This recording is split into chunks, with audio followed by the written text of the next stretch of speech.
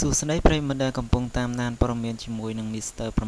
855 នៅពេលនេះដែរខ្ញុំបានក៏សូមលើកយកព័ត៌មានមួយដែលបានដាក់ចំណងជើងថា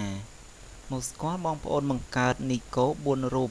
កំពុងអង្រួនវិស័យសិល្បៈកម្ពុជាអ្នកគាំទ្រមួយចំនួនប្រកាសជាធ្លាប់បានឮខ្លះរួចមកហើយទាក់ទងទៅនឹងក្រុមគ្រួសាររបស់តារាចម្រៀងនីកូដែលភាគច្រើនមានឈាមជ័រជាអ្នកសិល្បៈពេលនេះសប្បាយសូមណែនាំបងប្អូនបង្កើតនីកូ4រូបកំពុងអង្រួនវិស័យសិល្បៈកម្ពុជាទី1គឺណុបបញ្ញរិទ្ធជាតារាចម្រៀងប្រចាំផលិតកម្មហងមាសមិនត្រឹមតែជាតារាចម្រៀងនោះទេលោកមានសមត្ថភាពនិពន្ធចម្រៀងផងដែររួមទាំងជាគ្រូបង្វឹកក្នុងកម្មវិធីលំដាប់ថ្នាក់ពិភពលោកមួយចំនួនផងដែរ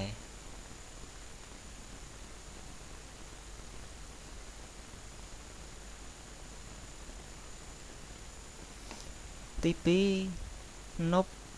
អ៊ីណូជាអ្នកនិពន្ធទំនុកច្រៀងប្រចាំផលិតកម្មហងមាសលោកបាននិពន្ធបទចម្រៀងបទល្បីៗជាច្រើន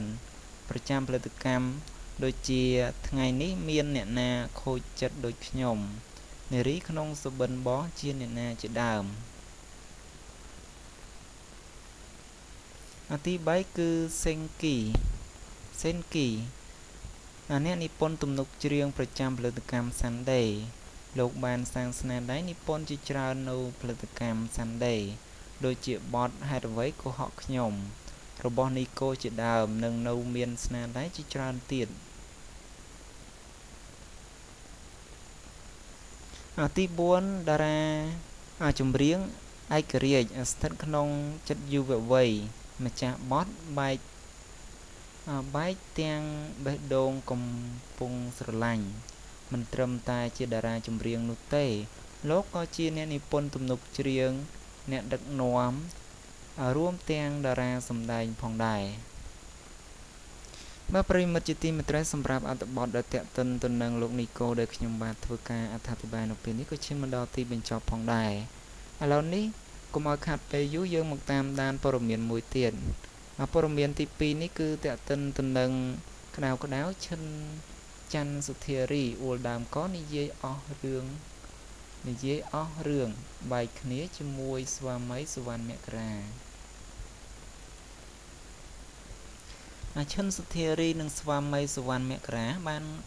កើតមានរឿងរកាំរកូសជាមួយគ្នានៅរយៈកាលចុងក្រោយថ្មីក្រោយស្វាមីបានប្រកាសបែកគ្នាជាមួយភរិយានៅលើ Facebook និងបានប្រើពាក្យអតីតភរិយាធ្វើឲ្យភរិយានិយាយលែងចេញ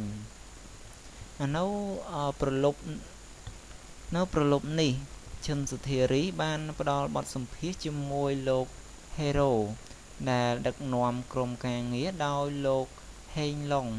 ថ្នាក់ដឹកនាំសមាគមសិល្បៈស្ម័គ្រចិត្តជួយសង្គមស្ដាប់សុធារីនិយាយរឿងរ៉ាវជាច្រើនជុំវិញបញ្ហាជាមួយស្វាមីបាទសម្រាប់តេតិនទៅក្នុងវីដេអូនេះដែរខ្ញុំបាននឹងដាក់នៅ description នៃវីដេអូរបស់ខ្ញុំបានបើសិនជាពុកម៉ែបងប្អូនចង់ទស្សនាការបកស្រាយផ្សេងតេតិនទៅនឹងរឿងរបស់សុធារីបាទប្រិមិត្តជាទីមេត្រីសម្រាប់អត្ថបទទាំងពីរនេះខ្ញុំបានក៏សូមបិទបញ្ចប់ត្រឹមប៉ុណ្ណេះផងដែរអរគុណក្នុងការចំណាយពេលវេលាដ៏មានតម្លៃតាមដានព័ត៌មានជាមួយនឹង Channel YouTube Mr. 855រាល់ពាក្យពេចន៍ដែលធ្វើការអត្ថាធិប្បាយទៅបើមានពាក្យពេចន៍ត្រង់ប្រការណាមួយខុសឆ្គងឬក៏មិនសមរម្យត្រង់ប្រការណាមួយនោះក៏សូមខន្តីអភ័យទោសពីប្រិមិត្តនិងពុកម៉ែបងប្អូនដែលកំពុងតាមដានទស្សនាទាំងអស់គ្នាផងបាទនៅពេលនេះដែរខ្ញុំបានក៏សូមអរគុណនិងសូមជម្រាបលា